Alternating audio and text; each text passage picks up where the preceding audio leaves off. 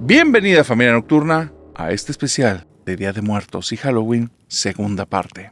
Leonardo tiene una de las historias más extrañas que me han llegado al canal. Quiero decirles algo que él resalta mucho en esa historia y me dice: narrador, no quiero que me odien por lo que hice, quiero contarte del peor error, de la peor regazón, y utilizo una palabra bastante más fuerte, que he cometido en toda mi vida. De esto ya pasaron como 5 años y yo sé que al día de hoy las personas de las que te voy a hablar ya no están afectadas, ya está todo bien. Pero sí la regué y metí la pata, pero hasta el fondo. Leonardo estaba tomando un taller de carpintería y resulta que él se había descubierto a sí mismo como alguien con muchas habilidades para el manejo de la madera. Por otro lado, tienes que saber que Leonardo es un maestro de escuela. Trabaja tal vez en una primaria o en una secundaria, no vamos a caer en detalles, pero hace unos años, justo por el taller de carpintería y acercándose el Día de Muertos, él decidió que les iba a dar un detalle de modo de broma a diferentes maestros de la escuela. Él regaló unas crucecitas que tenían grabado el nombre de todos los que eran como amigos de él. Y vamos que Leonardo es un tipo bastante como cercano a la gente, entonces era una muy buena cantidad de crucecitas. El problema justamente es que la madera no es barata y estuvo buscando de diferentes partes donde podía conseguir barata que le funcionara lo suficiente porque no ocupaba algo de demasiada calidad, pero que aparte tuviera un toquecito que se viera un poquito extraño. Y después de ir a diferentes madererías y carpinterías y ver que se salía por completo de su presupuesto, decidió optar por otras opciones. Empezó a pedir ideas y una persona le dijo: ¿por qué no vas a un lugar de muebles usados o consigues un mueble usado y ahí utilizas la madera? No se le hizo tan descabellada la idea. Fue a lugares de muebles usados y había un lugar que tenían un tipo como de ropero grandote con unas puertas, unos espejos, algo bastante grande de madera gruesa que se veía muy viejo, algo deteriorada la madera pero aún sólida. Pero tenía un aura esta cosa, se sentía así como feíta, como maldito. Y él cuando lo ve y siente eso dice: eso está especial. Esto sería la mejor madera. Les voy a dar estas cruces y se va a sentir hasta medio spooky, creepy, así como que da un poquito de nervios. Preguntó el costo y el costo fue lo mejor de todo. Vamos a ponerle una cantidad. Le pedían 20 pesos por eso. Algo ridículo. Algo que no costaba, pero no te costaba ni siquiera alguno de los cerrojitos que tenía ese mueble. Y cuando preguntó por qué el costo, nada más dijo: si se lo lleva el día de hoy, se lo dejamos en eso, necesitamos el espacio. Y él les creyó. Se movilizó muy rápido, les pidió que le dieran tantita paciencia, consiguió una camioneta de un amigo porque no tenía para pagar una mudanza, estamos hablando que tenía un presupuesto recortado, y finalmente me dice Leonardo: esa primera parte yo estaba feliz. Había conseguido una ganga, tenía un mueble bastante extraño que se sentía su aura, se sentía su vibra. Cuando lo suben a la camioneta, mi amigo y un compañero de él, porque el mueble estaba bien pesado, se agarran, lo van levantando y el amigo dice: ¡ay, güey, me corté! Y cuando saca de ahí la mano, ya tiene la mano seca, pero la cortada se ve muy extraña porque el mueble no trae clavos por abajo. Mi amigo concluyó que era como algún tipo de astilla que se clavó en la palma de la mano. Y ahorita ya no sé si fue eso o no. El punto es que cuando suben ese mueble y se lo llevan, llegan a la casa, lo están bajando y noto que mi amigo está nervioso y me dice: oye, ya no me vuelvas a pedir que mueva un objeto, un mueble maldito. Y yo le pregunté que por qué decía eso y él me comenta que cuando iban conduciendo, que en algún punto que volteó a ver el espejo retrovisor porque se le fue la idea de que trae algo cubriendo la ventana de atrás, volteó a verlo por inercia y vio a una persona sentada en la parte de atrás de la camioneta. Le sacó un susto y cuando volteó no había a nadie y dijo: me ando haciendo ideas. Por eso le dijo lo del mueble maldito. Bueno, Leonardo está en su casa. Tiene este mueble. Ya hay un par de historias. Él está encantado. Así es que va para allá y comienza a pensar de dónde va a ser los primeros recortes. Saca los cajones, empieza a ver dónde están los clavos. De este armatoste ve dónde tiene que utilizar algún tipo de instrumento. O si va a llegar como todo un salvaje a martillazos y romperlo, porque al final el tamaño del mueble supera por mucho la cantidad de maderas que necesita para las cruces. Entonces Leonardo, fascinado con el mueble, está revisando si va a comenzar por cierta área o por otra, o si se lleva a los cajones y empieza a desmantelarlos, y mientras está viendo todo eso, se le hace escuchar que alguien le acaba de respirar justo detrás de él y voltea, pero está tan metido en el trabajo que eso no lo asusta. Solo voltea y dice, bueno, yo vivo solo, no tiene nadie por qué estar respirando aquí. Se ríe y dice, si está maldita esta cosa. Agarra un par de cajones, ya no lo piensa más, se va al patio de su casa y en el patio agarra instrumentos, herramientas que él tiene y comienza a destrozar todo el mueble. Ese mismo día, para las 11:30 de la noche, Leonardo sigue trabajando en el patio, ya con los restos del mueble, tiene un montón de cruces y trozos de madera por sin ningún lado, y él está haciendo esas cosas cuando siente que alguien le pone la mano en el hombro y me dice, narrador, ahí en ese momento, yo debía de haber parado. Estaba tan enfocado en mi trabajo, pero tan enfocado en el trabajo, que ni siquiera esa sensación de la mano hizo que me detuviera, nada más moví el hombro y yo seguí. Después me di cuenta que esas eran señales, que me estaban diciendo que no continuara, pero no lo escuché. Tengo un montón de cruces, estoy tan metido en mi trabajo que decido que el día siguiente va a ser dedicado exclusivamente a poner los nombres, así es que con instrumentos más pequeños estoy en el patio dibujando cada uno de los nombres, tengo una lista, me hice unas plantillas en unas hojas y bueno, todo lo que yo ocupaba estaba y me tardé casi desde las 10 de la mañana hasta las 7:30 de la noche. No paré de trabajar todo el día y tenía ya todo el patio, parecía un pequeño cementerio porque eran cerca de 50 cruces chiquitas, o sea, como de unos 15-20 centímetros, igual, de unos 10-15 centímetros de anchos. Y en el tablón horizontal, narrador, era ahí donde yo dibujaba el nombre. En algunos, te voy a ser sincero, quebré de más la madera y se traspasaba alguna letra, pero en la gran mayoría nada más quedaba marcado y se veía bonito. Los que se veía roto, se veía todavía de más miedo. Bueno, cuando llegó el lunes, cuando llegaron las clases, yo venía feliz, venía contento, porque con los restos de la madera había hecho como una caja grandota, fea, porque los restos ya no tenían como forma, y le había puesto clavos por sin ningún lado, y le di una forma ahí como de un ataúd muy austero, se entendía porque le dibujé una crucecita arriba, y entonces decía también escrito como dame mi calaverita, y yo puse ese ataúd arriba de mi escritorio, y yo les había dicho a los compañeros que cuando tuvieran oportunidad llegaran porque les tenía un detalle. Bueno, narrador, fue la sensación ese día, fue la sensación. No paraban de hablar de las cruces y que se veían bien feas y bien tétricas y que estaba bien padre el regalo. En la escuela no acostumbraban a hacer altar. Ese día se hicieron un altar. Y entonces tomaron las cruces, montaron unas cajas, un poquito de papel de China. Teníamos un par de maestras que eran muy dadas a manualidades, así es que unas hicieron unas flores, otras fueron y compraron unos globos, y lo hicieron a como Dios les dio a entender, porque no era un altar como habitual, fue algo que en ese momento les nació. Quienes traían fotos las pusieron, y al final fue un altar medio raro, porque estaba lleno de las cruces que yo les di, y también tenía fotografías de sus familiares, pero de los vivos, de los que los traían en la cartera. Muy bonito todo, muy padre todo, le tomaron fotografías, y al final del día no hubo ni un maestro que se olvidara su cruz ahí. Se acabó el día, se llevaron todas sus cruces y estaban muy agradecidos. Yo bien tranquilo, narrador, bien a gusto. Y después de eso, como a la semana, empiezan a llegar muchas historias a la escuela acerca de que les están pasando cosas a los maestros. Una maestra comienza a contar que cuando ella estaba acostada, sintió que le empezaron a respirar como un lado de la cama, y cuando volteó vio a un señor anciano con unos ojos como amarillentosos, como si tuviera algún tipo de enfermedad en el hígado, y que el hombre se le quedaba viendo pero con mucha rabia. Ella le da mucho miedo, voltea para el otro lado, y cuando voltea al otro lado es como si le hubieran tapado con una cobija demasiado pesada y esa cobija le hubiera cubierto la cabeza, porque se queda dormida al instante. Otro maestro empieza a contar que adentro de la casa, después de ese Día de Muertos, como a los 2-3 días, comenzaron a sonar pisadas, como si alguien anduviera caminando adentro.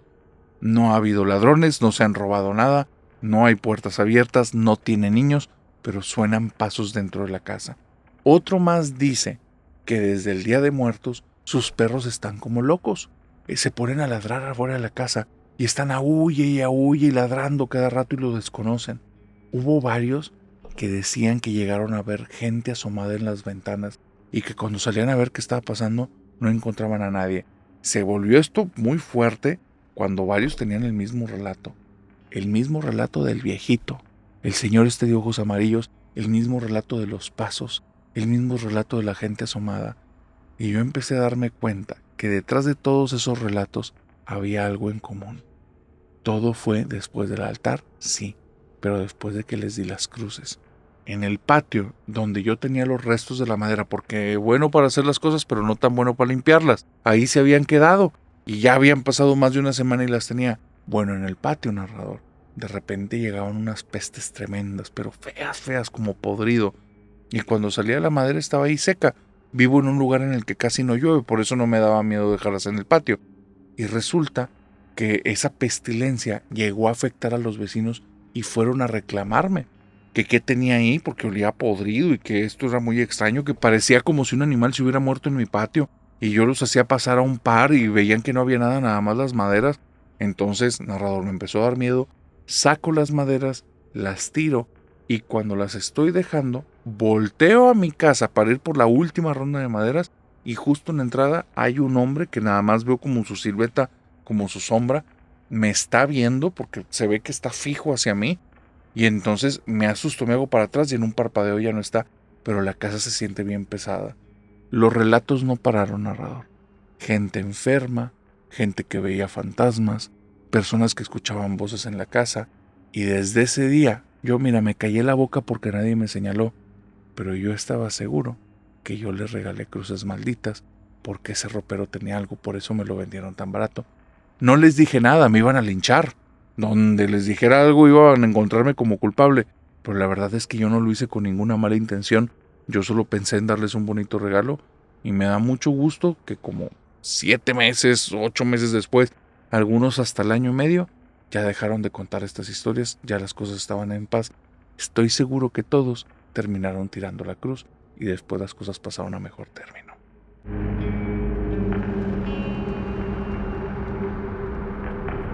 Y con esa historia, querida familia nocturna, acabamos de comenzar este especial de Halloween y Día de Muertos, segunda parte, que por cierto, prepárate, porque el resto de historias que te tenemos en este especial son cada vez más aterradoras. Continuamos.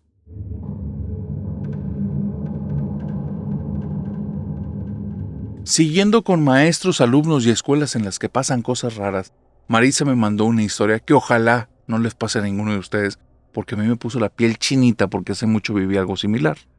Marisa dice que ella entró al sistema de maestros en el tiempo o justo antes de que iniciara el tiempo en el que ya no iban alumnos a la escuela por esta situación que nos afectó a nivel mundial.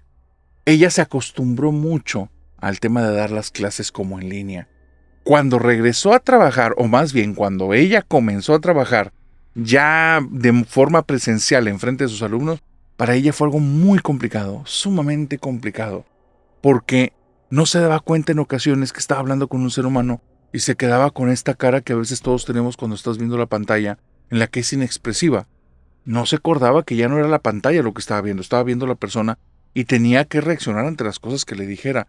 Así es que fue como un reeducarse. Eso hizo que al principio el tiempo fuera muy lento, pero de repente ya había avanzado casi todo el año. Y cuando llegó octubre, ella había luchado tanto por hacer un buen trabajo que había hecho lazos con todos los maestros, con todos los alumnos, porque se había esmerado en hacer este vínculo, esta situación como de contacto, y sabía algo que casi ninguno estaba tomando en cuenta, especialmente esa escuela primaria. Los alumnos, los maestros, pero los familiares en general habían sido muy afectados por esa enfermedad. Ya sabes de cuál hablo, la que nos afectó a todos. Y había muchas personas de las familias de uno y de otros que ya no estaban entre nosotros. Eso la llevó a proponer algo, y ella fue la que llevó la propuesta, y eso hace que el día de hoy también esté arrepentida. Les pidió primero a los directores y después al Consejo de Padres de Familias y después al Consejo de Maestros y así les pidió que por favor, por como necesidad de salud mental, hicieran un altar y le dieran como algo solemne, hicieran una celebración para poder despedir todos a sus seres queridos. Tuvo que convencer porque realmente la escuela estaba más en una postura de ya ese tema no lo toquemos, ese tema no lo abramos, pero ella notaba que todos tenían heriditas por esas partidas tan abruptas. Bueno, los convence a los alumnos, convence a los padres de familia, convence a los maestros, convence a los directivos, todos están de acuerdo y a tal grado que se apuntan a hacer las cosas y con cierto nivel de tiempo antes. Hacen un altar, pero es un altar que es algo tremendo, es un altar también que es muy chistoso.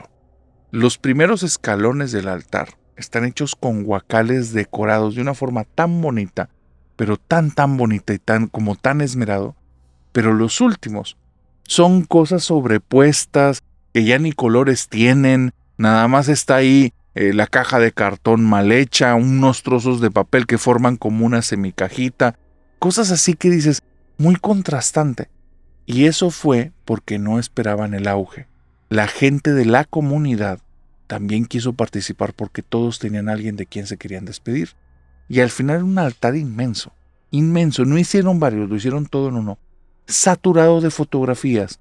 Unas fotografías ya estaban dañaditas, otras fotografías estaban bien, y dejaron el altar ahí con unas velitas, hicieron unas oraciones, unos empezaron a pedir por sus familiares, otros empezaron a traer comida, hubo personas que pidieron el micrófono en algún momento y comenzaron a relatar cosas que vivieron en familia, muchos se quebraban ahí, muchos se despedían de sus familiares, y ese día fue una combinación de risas, llantos, dolor, gozo, algo muy fuerte, a tal grado que ya cuando terminaron el día habían pasado casi 3 horas de cuando era la salida. Nadie se había tomado como el tiempo de estar pidiendo que salieran antes porque era algo que los vinculaba, era algo que hacía que todos estuvieran ahí en el momento. Niños, padres de familia, maestros, todos estaban agradecidos con ella. Todos sabían que ella fue la que empezó a movilizar. Estaban todos como muy enfocados en eso que se hizo tan bonito y estaban tan cansados por tantas emociones que nadie recogió nada del altar ni pensó en él, simplemente se pararon y se empezaron a ir de ahí. Unos dando las gracias, otros un poquito ensollosos, otros como con sonrisas, hubo de todo. El problema surge en la mañana siguiente. La mañana siguiente, cuando ella llega a clases, hay un tumulto, un grupo de padres de familia y de maestros, y están todos hablando ahí en lo bajito. Estamos hablando que son cerca de las 5:45 de la mañana, está totalmente oscuro, y hay un grupo de personas en la entrada de la escuela y ella se asustó. Cuando escuchó un par de voces ahí conocidas, ya entonces dijo, ok, son maestros y padres de familia, pero eso jamás había pasado. Y escucha que están ahí relatando que deben de deshacer del altar porque anoche pasó algo muy raro. Lo que te voy a decir son trozos de una historia que ella recopila ese día y son cosas que parece que vivieron en la madrugada. Lo primero es el velador. El velador no está presente y no va a volver a ir a trabajar nunca a esa escuela. Pidió que lo desplazaran a otra escuela y la directora, a pesar de que no lo quería desplazar, después de que escuchó lo que él le dijo, no lo quería ya ahí. Él contaba que cerca más o menos de las 2 o 3 de la mañana estaba dando su rondín normal y él también, cuando vio que tenían ese altar, él había puesto una fotito que traía en su cartera en alguna parte. Que el problema fue que cuando le estaba colocando ahí, empezó a escuchar como una persona tosiendo. Se le hizo muy raro porque el sonido viene desde muy cerquita, pero bueno, puede ser algún vecino, alguien que haya venido al altar. No es una comunidad problemática y no es un lugar en el que haya situaciones como de delitos y violencia. Es un lugar muy tranquilo, por eso no tuvo miedo, pero después escuchó otra vez otra tosida, pero ahora ya no es la misma de la anterior, y una tercera y una cuarta. Él está terminando de colocar la fotito, no quiere voltear, es una persona mayor, también hay que mencionarlo, y entonces cuando voltea, casi le da un infarto. El sujeto cuando voltea ve un montón de sombras que están detrás de él, no personas, sombras de personas que están de pie, y delante de las sombras hay una pequeña llamita, ni siquiera una vela, una llama, como si esta parte de arriba, la legua de fuego, cuando tú enciendes una vela, la llamita que queda arriba, como si hubiera velas invisibles ahí, en las manos de cada uno de esos seres y esa velita tuviera su pabilo encendido y el pabilo encendido es lo único que puedes ver. Esos seres oscuros, la luz no les hacía nada y estaba ahí todo lleno de velas flotantes. Él cuando vio eso ni siquiera pegó el grito, sintió que la garganta se le secó al instante y nada más se quiso ir de ahí, se le iba el aire y al final tuvo que estar tirado en la escuela con las 2 manos en el corazón, haciéndose presión porque se sentía que se le iba a parar en algún momento. Los padres de familia empezaron a comentar, todos más o menos entre 3 y 4 de la mañana, les estaban tocando las puertas, los vidrios. El problema era qué padres de familia. Te digo todos, pero eran todos los que habían perdido un familiar a raíz de esa situación y habían puesto su fotito en el altar. Todos los que hicieron eso les tocaron puertas y ventanas de manera incesante. Hubo un par de casas que hablaban acerca de llantos de personas y que el llanto lo reconocían. El familiar que se había ido parece que había vuelto y no le estaba pasando nada bien. Hubo un par de personas que empezaron a hacer oraciones y cuando empezaron a hacer oraciones se les fue la luz. No a toda la cuadra, no a toda la zona, solo a ellos y cuando dejaban de hacer oración, la luz regresaba. ¿Qué fue lo que sucedió en esa escuela? ¿Qué fue lo que atrajeron? Ellos quieren creer que son los familiares, pero la maestra se empezó a sentir muy culpable. Nadie la culpó de eso y desde entonces dice que le tiene su respeto, y con respeto me refiero un poco de miedo, a todo este tema del Día de Muertos.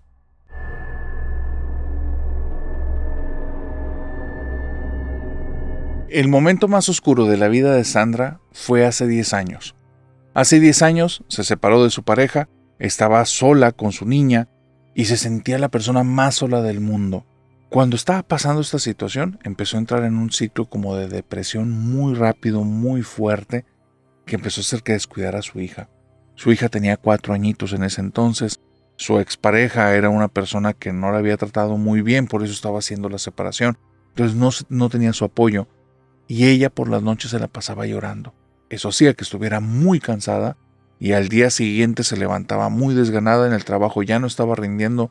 Ya le habían dado un par de alertas en el trabajo, diciéndole que entendían su situación, pero eso no le eximía de hacer un buen trabajo. Si continuaba así, pues lamentablemente no iban a poder continuar con sus servicios en la empresa. Ella se sentía fatal por esa situación, era una persona muy responsable, pero ya se le estaba yendo todo de las manos. Y justo llega por ahí el Día de Muertos. Cuando está llegando el Día de Muertos, ella está muy mal. No hace ningún altar, ni está pidiendo nada, ni fue a ningún panteón, ni hizo absolutamente nada. Le estaba pasando fatal, era todo. Y estando en la noche sola en su casa, porque ese día mamá la ayudó a que se llevara a su niñita para que ella pudiera estar sola un rato, cuando está sola en la noche tiene un sueño muy extraño. En el sueño viene su papá que había fallecido ya unos 3, 4 añitos atrás, viene un hermano que falleció cuando era muy joven y viene su abuelo que ella lo quería con todo el corazón. Los 3 están en el sueño, ella sabe que está soñando porque ellos están ahí y tiene toda la vida de no verlos o así lo siente en ese momento. Ellos llegan en el sueño, están en la zona del comedor de Sandra y Sandra se les queda viendo, quiere llorar y su abuelo nada más le pone las 2 manos adelante diciéndole, tranquila, tranquila. Y su papá le dice, hija, ¿dónde dejamos estas sillas? Y cada uno trae las sillas del comedor de Sandra. Y está ahí su hermano, y está su papá, y está su abuelo, y ahora las están cargando, lo que hace que esto sea más que obvio un sueño. Las están cargando, y Sandra les dice, papá, no te entiendo, ¿dónde quieres que la deje? Y ella se queda viendo todas partes, y dice, donde tú quieras, papá. No, dime tú. Y ella entonces voltea al piso, y ve que está una alfombra al lado de la mesa del comedor, una alfombra que ya tiene mucho tiempo, que desde hace mucho debió haberla regalado, o mínimo lavado porque está muy percudida, y le dice, bueno, déjala ahí al lado de la alfombra. Entonces, su papá le dice, mira esto, camina hasta estar a unos 5 pasos de ella, pega la silla a la alfombra y le empieza a retorcer de tal manera en la que quedan como unas arrugas muy vistosas detrás de las patas de la silla. Después viene el hermano y le dice, ¿dónde dejo la mía? Y ella le dice, al lado de la alfombra. Y él entonces le dice, mira esto, y pone su silla justo al lado de la alfombra y la retuerce para un lado, de tal manera en la que ni queda para enfrente ni queda para el lado, queda de una manera media extraña y él se sienta ahí en la orilla y ella dice, qué incómodo, y él le recuerda, tú nada más mira y ya. Y después llega el abuelo y le dice, yo voy a poner la mía adelante de estas dos porque quiero hablar contigo. Viene el abuelo, pone la silla adelante y cuando la pone adelante le dice, no nos podemos tocar, pero escúchame bien. Hija, estamos contigo, tú no estás sola. Puedes llorar todo lo que quieras aquí, pero el día de mañana necesito que te levantes bien porque hay una nena que te necesita y nosotros no podemos estar ahí con ella, pero tú sí. Ella cuando escucha eso siente una combinación muy fuerte. Fuerza por un lado, consuelo por otro lado y un dolor y una tristeza que necesita salirse de ella porque durante mucho tiempo ha estado llorando y ese llanto la ahoga, la asfixia y comienza a llorar y a llorar y a llorar. Pero por primera vez siente que esa heridita al fin se abrió y toda esa agua, todas esas lágrimas están saliendo de ella y está empezando a respirar otra vez. ¿Quién sabe cuánto tiempo estuvo así?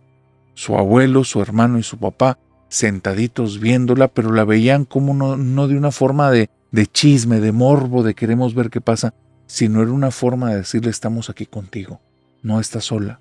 Y se lo mostraban como le estaban entregando su fuerza, o ella lo interpretó así. Ella, después de poderse deshogar, lo que para ella fue un tiempo infinito, siente un cansancio tremendo y le dice a su abuelo, ahora sí nos vamos, estamos contigo. Y ella siente nada más donde se queda dormida y en el momento en el que el sueño se queda dormida, en la realidad se despierta y se despierta descansada, la almohada está toda mojada donde estuvo llore y llore toda la noche y ella se siente muy extraño y dice, qué bonito sueño, qué bonito sueño. Necesitaba algo así, necesitaba despedirme de ellos, necesitaba saber que estaban conmigo, qué bonito sueño. Está pensando eso, se para de la cama, va caminando al comedor y de repente las 3 sillas están exactamente como la dejaron cada uno de sus familiares en el sueño. Cuando ve eso, se vuelve a romper otra vez en llanto, pero es otra vez la misma sensación. El corazoncito se le está volviendo fuerte y esas cosas, esos como dolores que tenía dentro, poquito a poquito empezaron a salir. Y dice Sandra, fue mágico, porque después de eso, ese mismo día, empezó mi recomposición, empezó otra vez como mi construcción. 3-4 días después, parece que esa tristeza ya me había abandonado para siempre. Y ahora yo te pregunto, ¿tú crees que nuestros seres queridos, después de haber partido, siguen estando aquí entre nosotros? ¿O crees algo distinto? Y mientras nos dices eso, si nos escuchas en YouTube, por favor, suscríbete y dale a la campanita. Y si nos sigues en Spotify, por favor, síguenos y danos las 5 estrellas, porque ya estamos cerca del 1,000,000 y vamos por el 2026. Y mientras me vas diciendo tu respuesta, continuamos con la siguiente historia.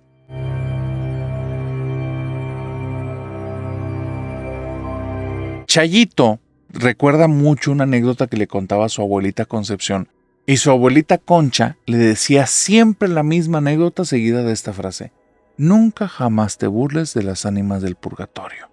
Resulta que Concepción, cuando estaba en sus primeros meses de matrimonio, tuvo una situación media extraña. Lo primero es que se cruzaron casualidades. Estaban varias casualidades a la vez. Tenía pocos meses de matrimonio, tenía un desastre en su casa porque algo había sucedido que hacía que necesitara varias personas limpiando porque con ella no era suficiente. Tuvo un problema con su pareja, le estaba visitando su prima y finalmente estaba justo después de un Halloween antes del Día de Muertos. Cuando estaban en esta situación, su pareja se había ido de casa, estaba ella sola con la prima, ella estaba desesperada, cansada, molesta, y la prima en una de esas nada más le dice una frase. Le dice, oye Conchita, te veo bien desesperada, ¿por qué no le pides ayuda a las ánimas del purgatorio? Y entonces Concepción, molesta porque no era una persona creyente en ningún sentido, le dice, ¿y yo para qué les voy a andar pidiendo algo? Que si quieren ayudarme, que se vengan aquí a trabajar. Faltan manos. Que se pongan a barrer, a trapear, a lavar los platos porque ya no puedo sola y estoy harta. Y entonces la prima se pone media pálida y le dice, Conchis, tranquila prima, no les estés faltando el respeto. Y ella dice, ay, que les voy a estar faltando el respeto a tus fantasías y a tus cosas. Si existen y me van a ayudar, que me ayuden trabajando. Aquí hay mucho que trapear, que barrer y que limpiar. Que se pongan a lavarme los platos aunque sea. La prima, después de esas frases, decide cambiar de tema, está muy incómoda, siguen un par de conversaciones triviales más, pero ya llegó un momento en el que la prima mejor se quiere ir de ahí, y Conchis, que está en su casa, está muy molesta y decide que va a mandar a la fregada el trabajo que tenía pendiente, justamente barrer, trapear, limpiar platos y demás cosas, y se va a ir a dormir. Está harta, está fastidiadísima. Aparte, está de malas con su esposo y quién sabe cómo va a llegar el viejo tal vez llega tomado y ay, quién sabe qué le va a pasar. Así es que mejor va y se acuesta un rato, tener algo de paz, se queda bien dormida y de repente en la madrugada, cuando todo está absolutamente oscuro, porque es de esos ayeres que la ciudad no estaba tan llena de luces por la madrugada y entonces una obscuridad absoluta, Conchis está acostada en la cama y comienza a escuchar algo en la planta baja de la casa. Abre los ojos, aguza el oído y empieza a escuchar que es como alguien barriendo. Y piensa, mi viejo llegó a barrer y trapear. No, hombre, ese no te levanta ni un plato. Eso no, él no te hace nada de ningún tipo de limpieza. Habrá regresado mi prima. Pues es que sí me vio muy molesta. Ay, no, pero qué vergüenza. Si ella estaba barriendo ahí abajo, qué vergüenza. Y entonces, nada más se levantó Conchis y va como muy apenada para ver quién estaba barriendo y trapeando. Y ella se empezó a sentir como una persona muy holgazana, que no puede ser que ni su casa la tenga bien arreglada.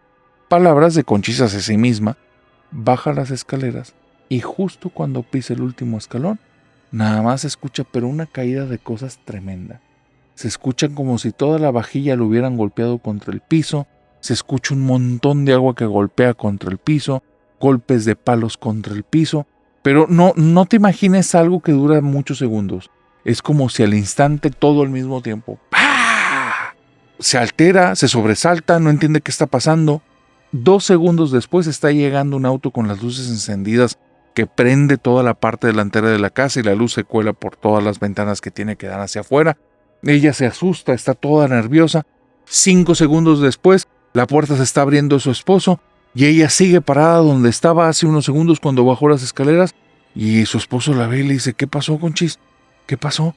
¿Qué estás haciendo ahí? ¿Te ves mal? Y ella se ve pálida y le dice, pasó algo, alguien estaba aquí en la casa. ¿Cómo que alguien estaba aquí en la casa? Sí, bajé las escaleras y sonó un golpe muy fuerte.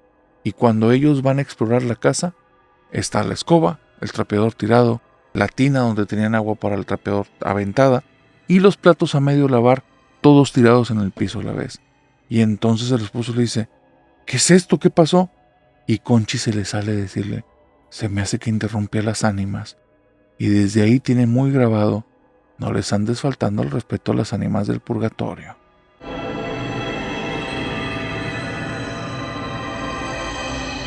Imagina que estás en tu nuevo trabajo, tienes ahí un par de días y te sientes sumamente a gusto, y de repente de un momento para otro, por un suceso de lo más pequeño, te das cuenta que varias cosas que han estado sucediendo ahí no tenían por qué suceder, y estás viviendo algo profundamente paranormal. Eso le sucedió a Mateo justo en el último trabajo que tuvo. Ahí te va.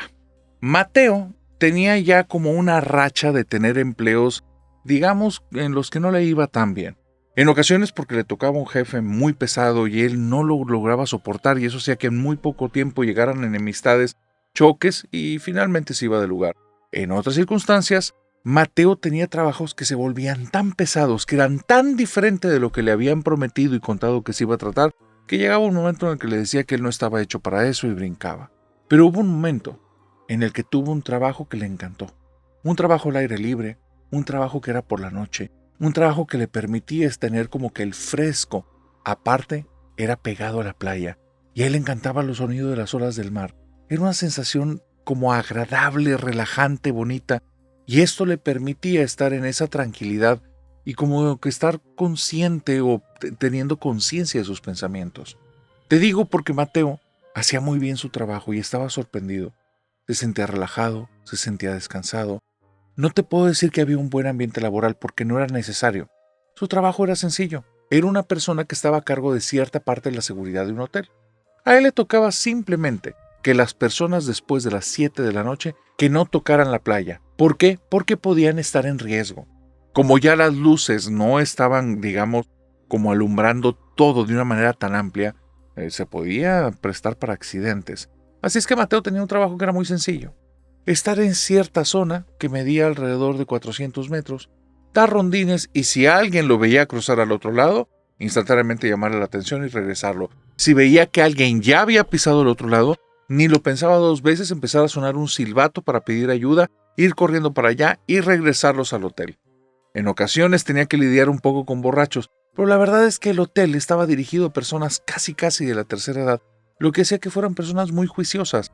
Nadie se estaba arriesgando a eso. Era rarísimo los casos en los que te digo que se topaba con alguien que tenía ya algunas copitas encima, o que no estaba, digamos, en su sano juicio para tomar decisiones, o que simplemente se había obstinado en que quería nadar en la noche, y simplemente a Mateo le tocaba impedírselo y ya. Él estaba a gusto. Realmente ese no era un gran problema. No había un ambiente laboral porque no tenía un compañero de turno. A él le tocaba estar solo en ese espacio. Ya cuando llegaba la mañana, iba con su jefe, lo saludaba, y bueno, el jefe le tocaba dar 2-3 rondines en la madrugada, en lo que echaba 2-3 dormitadas, pero confiaba en Mateo porque hacía un buen trabajo. De repente, cuando cumple una semana, llega el Día de Muertos. Y el Día de Muertos hacen todo un festival dentro del hotel. Vuelvo a decirte, es un trabajo nuevo. Él no conoce esto que está viviendo. Así es que hay momentos en los que ve bastante más afluencia que en otras ocasiones. ¿Por qué? Porque están llegando de hoteles aledaños para ver un altar que hicieron, un desfile, una obra de teatro. Y está bueno, el lugar está a reventar. Y Mateo se siente un poquito nervioso, pero bueno, se concentra en su trabajo. Está yendo de aquí para allá, de aquí para allá, de aquí para allá. Llega un momento cerca de las 2 de la mañana que ya se había acabado todo el espectáculo y Mateo está cansado lo que le sigue y piensa, Dios mío, qué bueno que esto es una vez o 2 veces al año porque está pesadísimo. Es mucha gente la que está viniendo para acá y aparte ahora sí hay muchos jóvenes, hay varios que se quisieron cruzar y bueno, es bastante más pesado. Y mientras está pensando eso, para tranquilizarse y sentirse a gusto, voltea al mar y al escuchar las olas empieza a relajarse. Y esa tensión que tiene en la espalda y esos nudos que traen ciertos puntos de dolor en los cuales él ya ni siquiera estaba consciente, comienzan a soltarse. ¡Ay! En un suspiro, en casi un bostezo, Mateo se siente a gusto y se empieza a acordar de las cosas buenas del hotel. El por qué está ahí, lo a gusto que está, lo bien que se lo ha pasado. Y de repente, en pensamientos agradables, dormita por un segundo. Cuando dormita le viene un golpe de culpa tremendo. Si me ve el jefe me corre. Solo tienes un trabajo, Mateo, y lo estás haciendo mal, por favor. Y en eso voltea como lleno de vergüenza y esperando que nadie lo haya visto. Y donde voltea, ve a unos 3 o 4 metros desde una esquina que un sujeto vestido exactamente igual, un poco más alto, delgado, al cual, aunque está a una distancia lo suficientemente lejos, reconoce y dice, chin, es el jefe, ya me vio. Lo saluda, voltea, comienza a caminar otra vez por la fila para intentarse alejar de él para que lo vea que está muy activo y para que se reencuentren. Ahora sí el jefe diga, ok, o sea, fue un segundo o dos, pero estás trabajando bien. Y entonces va caminando lleno de vergüenza y al minuto, ¡pum!, se topa de frente con alguien. Se topa a golpe así porque él no iba viendo al frente, él estaba muy apenado y pensando en lo que le había pasado con el jefe y con la persona que se golpeó de frente es el jefe. Y cuando lo ve, se le queda viendo y le dice, jefe, ¿esto es una broma o qué pasó? Y le dice, ¿qué pasó, muchacho? Pues tenga usted un poco más de cuidado. Si fuera alguno de los clientes tendría que llamar la atención de manera muy severa. ¿Qué pasó? ¿Por qué no está prestando atención? Y le dice, jefe, ¿es en serio? ¿Esto es una broma o qué? No, ¿por qué me estás diciendo eso? Porque yo lo acabo de ver allá, jefe. Lo acabo de ver 100 metros atrás, jefe, en la esquina. No hay manera que usted me hubiera alcanzado por delante. Tendría que llegar todo sudado y agitado, porque para dar la vuelta y verme de frente, mínimo hubieran sido unos 5 minutos para rodear todo el hotel. Jefe, es una broma. Y el jefe se le queda viendo y le dice, mira, vamos a olvidar que esto pasó. No, jefe, es una broma. Escúchame bien, Mateo. Relájate, respira. Sigue haciendo tu rondín, que no se te escape nadie.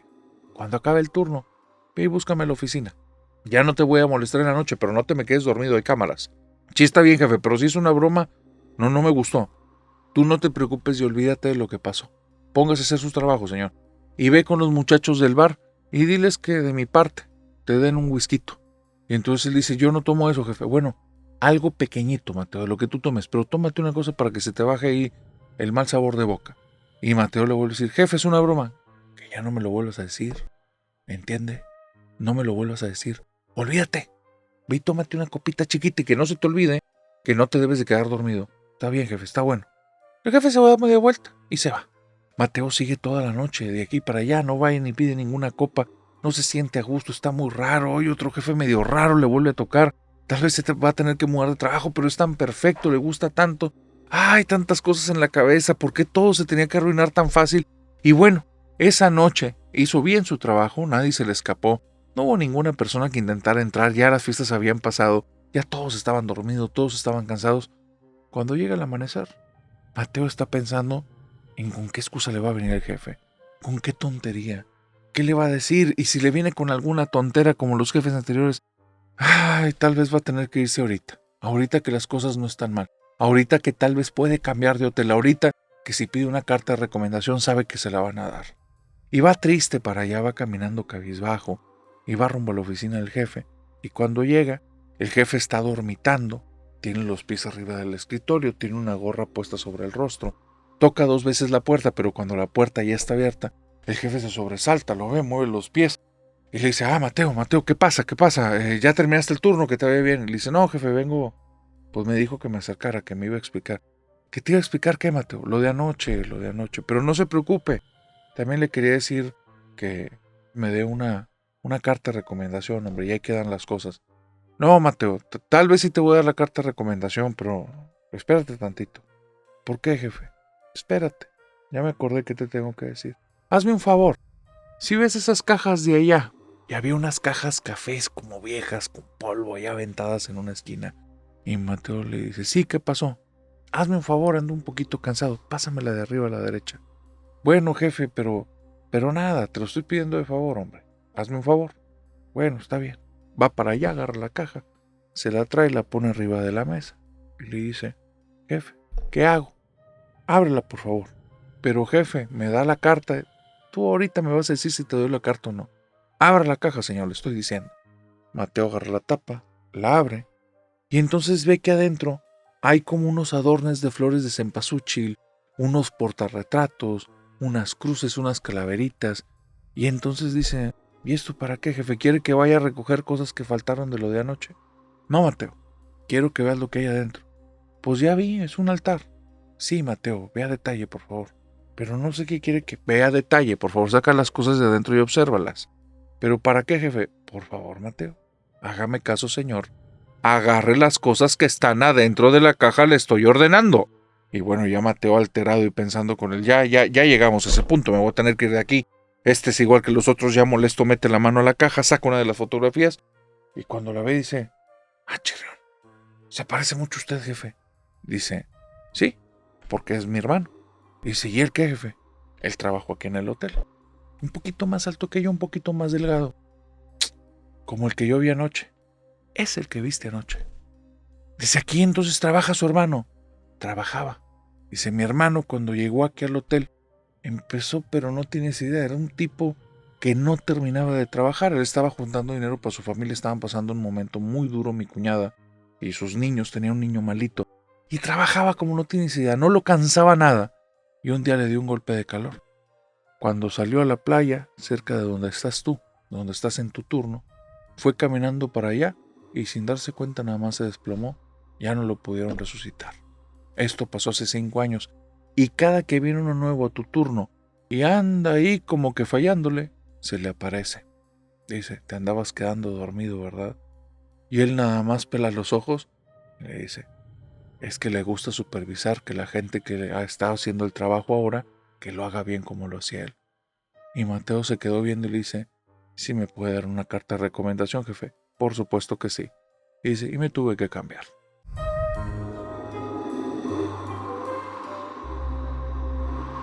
Marlene tiene una de las vivencias más escalofriantes que cualquier persona pudiera pasar.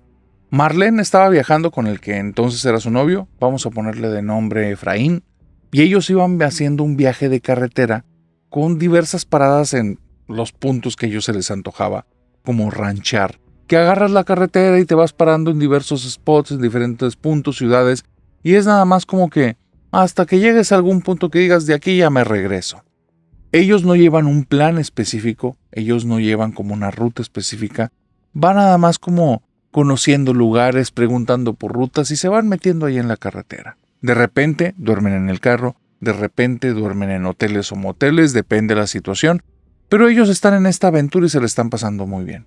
Hay un punto en el que ya están medios perdidos y ahora sí se sienten en medio de la nada y están muy al pendiente porque el tanque de gasolina va a la mitad y quién sabe cuánto falte hasta llegar a la siguiente gasolinera o punto en el que haya más humanidad, porque donde están no hay casas, no hay tiendas, no hay nada.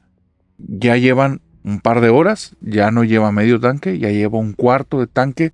Están nerviosos porque si ahí se llega a acabar la gasolina del carro, ni siquiera hay señal de nada, ni se ve que haya humanidad ahí cerquita, no se ven luces cerca ni nada. Entonces están nerviosos y siguen avanzando y ya cuando es un poco de noche, logran ver algo de luces que están adelante en la misma carretera. Y bueno, un poquito más tranquilos, llegan ahí y resulta que tienen una muy buena suerte. Es una gasolinera.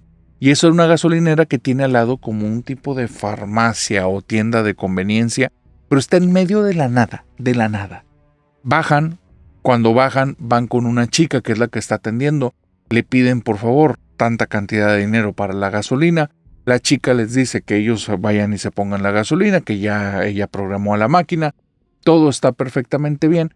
Cuando salen y le ponen la gasolina al vehículo, van a regresar para comprar un par de golosinas, comida, algo, preguntarle a ella que los oriente a dónde irse, aunque la carretera ha sido única, no ha tenido más salidas ya en un tramo larguísimo. Y de repente, cuando van a entrar a la tienda, Marlene ve algo bien raro. Ve a una persona disfrazada y es cuando le cae en cuenta de que está muy cerca de Halloween o acaba de pasar Halloween, porque tiene tantos días en este tema de estar viajando que las fechas no han sido un punto como de referencia ni importante, pero la decoración de la tienda lo relata. Ahí tiene puras cosas de Halloween. La persona que está dentro en la tienda está en medio de uno de los pasillos, es una mujer.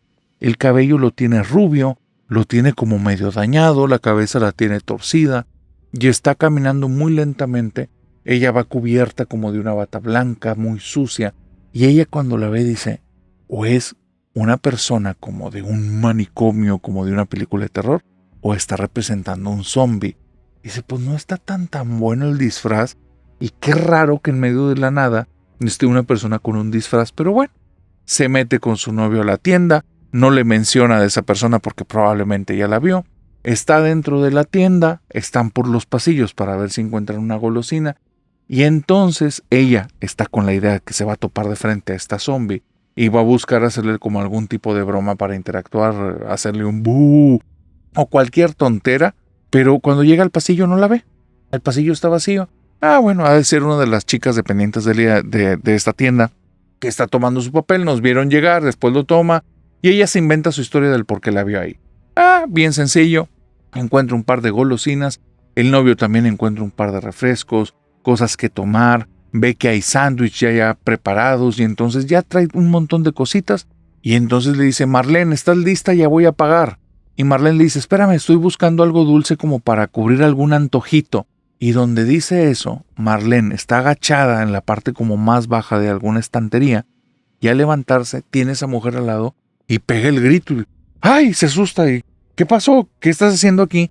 Y entonces se empieza a reír y le dice, oh, muy buen disfraz, pero ya no quiere hablar con esta persona.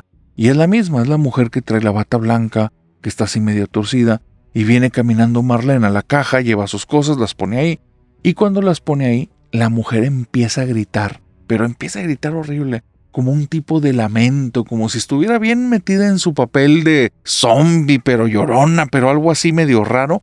Primero Marlene sube los hombros, cierra un poquito los ojos porque es un grito horrible, devastador, muy, muy, muy agresivo para los tímpanos, y después de eso voltea con el novio y el novio está pálido.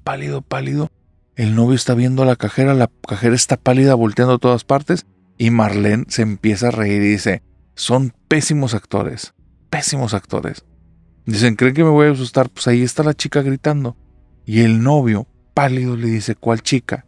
Y ahí Marlene le está diciendo como, ay, por favor, no sea ridículo. La chica que está ahí vestida de zombie. Y entonces la cajera dice, no, yo ya no puedo con esto. Se sale corriendo de ahí, no les cobra nada. El novio le dice, oye, ¿qué hago con esto? Llévatelo si quieres. Y el novio lo recoge, lo levanta, va saliendo con las manos llenas. Marlene está viendo a la chica que está como gritando ahí, y no entiende qué está sucediendo. Sigue avanzando un poquito esta chica. Marlene voltea a ver las cosas en el mostrador. La broma ya se está yendo muy muy lejos. Agarra las cosas y cuando voltea, la tiene otra vez pegadita aquí al lado, a la chica que estaba gritando. Y entonces la ve y le dice, ya déjame en paz, o sea, no funciona esta broma. No está graciosa, no es chistosa, déjame en paz. Agarra las cosas, va caminando para allá y el novio está metiendo las cosas en el carro y le dice, ¿con quién estabas hablando? Y le dice, pues con la chica que está gritando. Dice, son muy malos actores, pues ahí está, o sea, no entiendo esta broma. Y le dice, Marlene, no hay nadie en esa tienda. Nada más escucha ese grito, está feo esta situación, ¿por qué estás jugando de que hay una chica? Dice, porque ella está vestida como mujer de hospital. Y donde dice eso, se acerca caminando la dependienta y les dice, miren, sigan la carretera para adelante, como a 10 kilómetros hay una ciudad, por favor denme ride. No, este rollo ya no puedo con él, es la 4ª vez que pasa esta semana y tú eres la 2ª persona que me dice una mujer de blanco, ahí no hay nada, yo soy la única persona que trabaja ahí, voy a cerrar ahorita la cortina y voy a hablar a mi jefe y yo ya no regreso a trabajar. Marlene, cuando viene en el camino, y su compañero y la persona que viene atrás, la dependiente de ese negocio, están hablando para tranquilizarse, conforme avanza la conversación y los siente más tranquilos, Marlene cada vez se siente más y más y más tensa, porque algo le queda claro, no era una broma. La única que logró ver a esa mujer que gritaba era ella.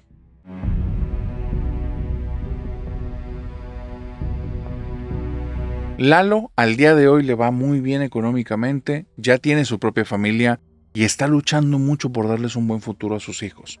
Pero cuando él era niño, vivieron una situación económica muy dura. Me cuenta que en la ciudad en la que él vivió, fue de estas ciudades que hace ya algunas décadas tuvieron un momento de auge de una economía tremendamente buena y después se fueron para abajo y de un momento a otro la ciudad era un lugar casi inhabitable. Cuando él vive esta situación tenía alrededor de entre 6 y 10 años y su papá, que tenía un negocio muy próspero, lo perdió todo y terminó viviendo como en lugares no tan recomendables. El peor de los lugares en el que vivieron es de lo que te voy a hablar el día de hoy.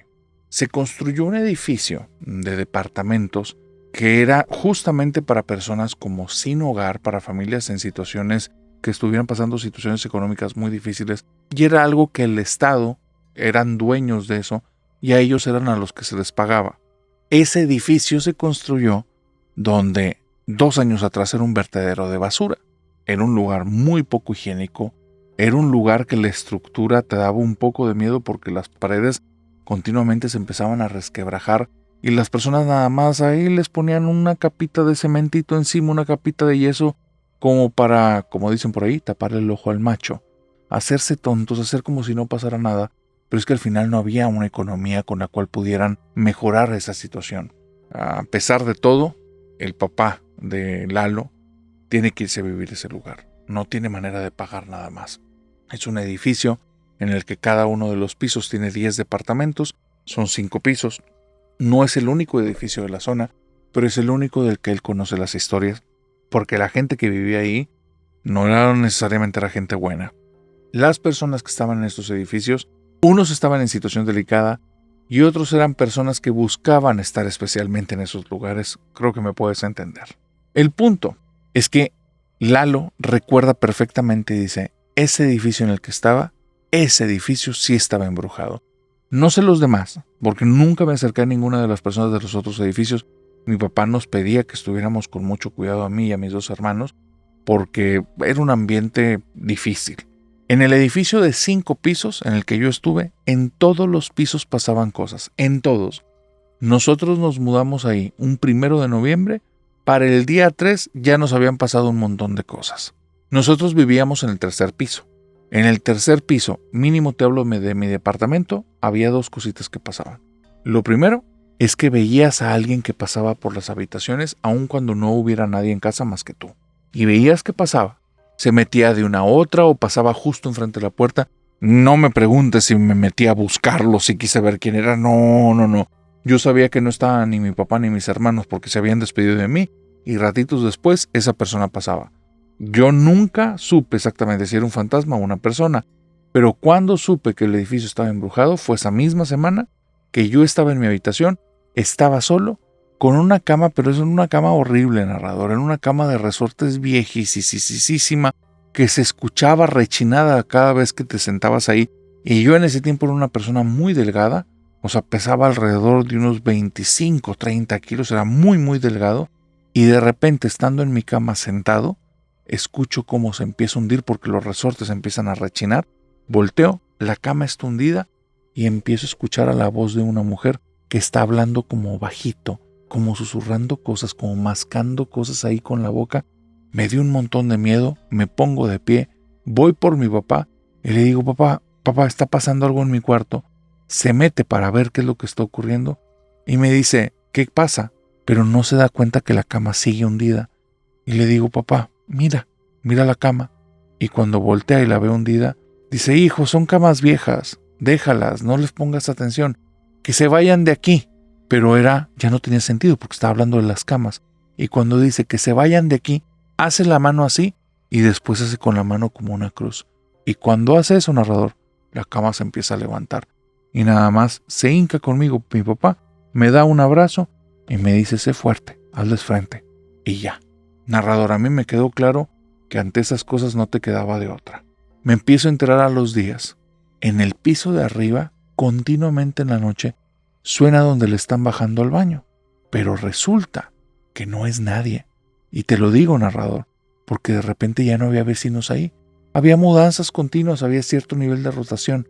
Y ese departamento, el que estaba arriba de nosotros, les tiraban aunque estuviera vacío.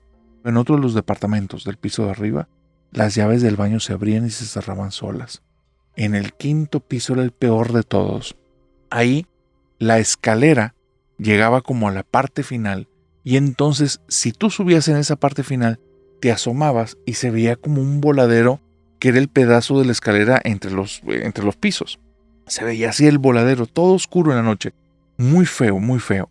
Bueno, había varias personas que escuchabas que gritaban, pero gritaban despavoridos y después ibas a escuchar muchos pasos que venían bajando todas las escaleras.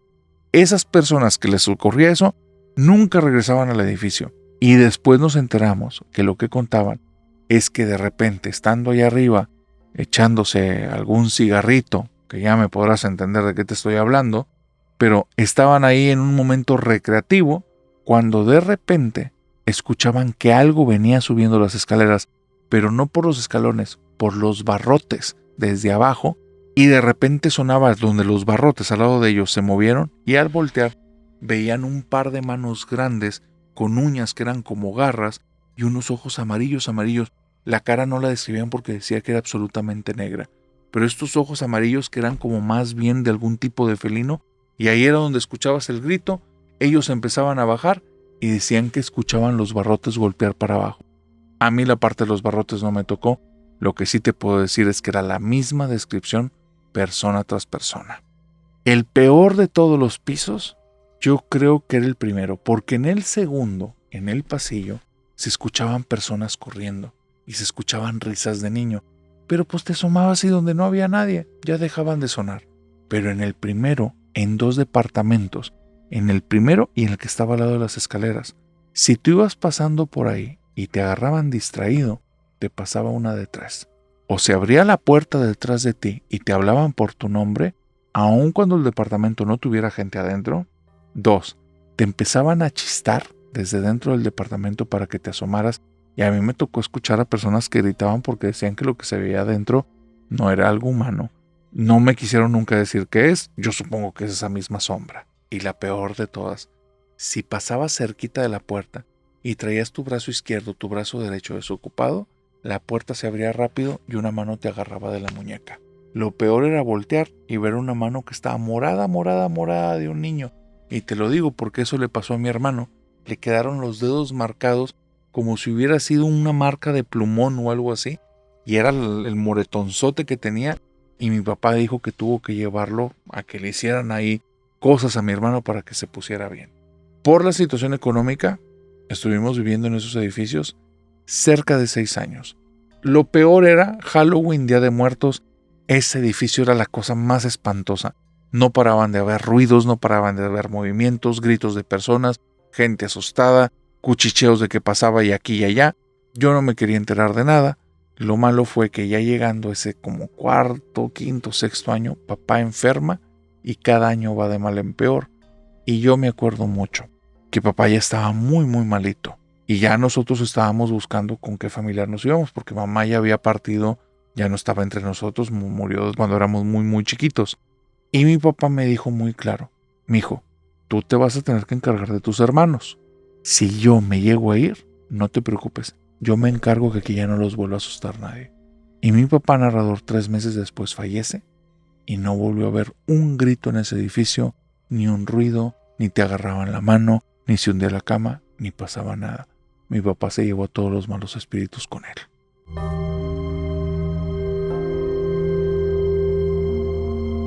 Y con esta historia, querida familia nocturna, hemos llegado al final de este doble especial de Halloween y Día de Muertos. Así es que, por favor, díganme aquí en los comentarios cuál fue la historia que más les gustó de los 2 episodios. Y, si aún no nos han seguido, síganos en YouTube, suscríbete y dale a la campanita. Y en Spotify, síguenos y danos las 5 estrellas. Y querida familia nocturna de Ciudad de México, recuerden que este viernes y este sábado nos vemos para allá. Quedan los últimos boletos del viernes, del día 7. Así es que aquellos que aún quieran acompañarnos, son todos bienvenidos, porque sí, la fogata que va a ser el 7 y el 8 van a ser fogatas únicas, y las historias que he estado recapitulando para contarles ahí, créanme, les van a encantar o aterrar.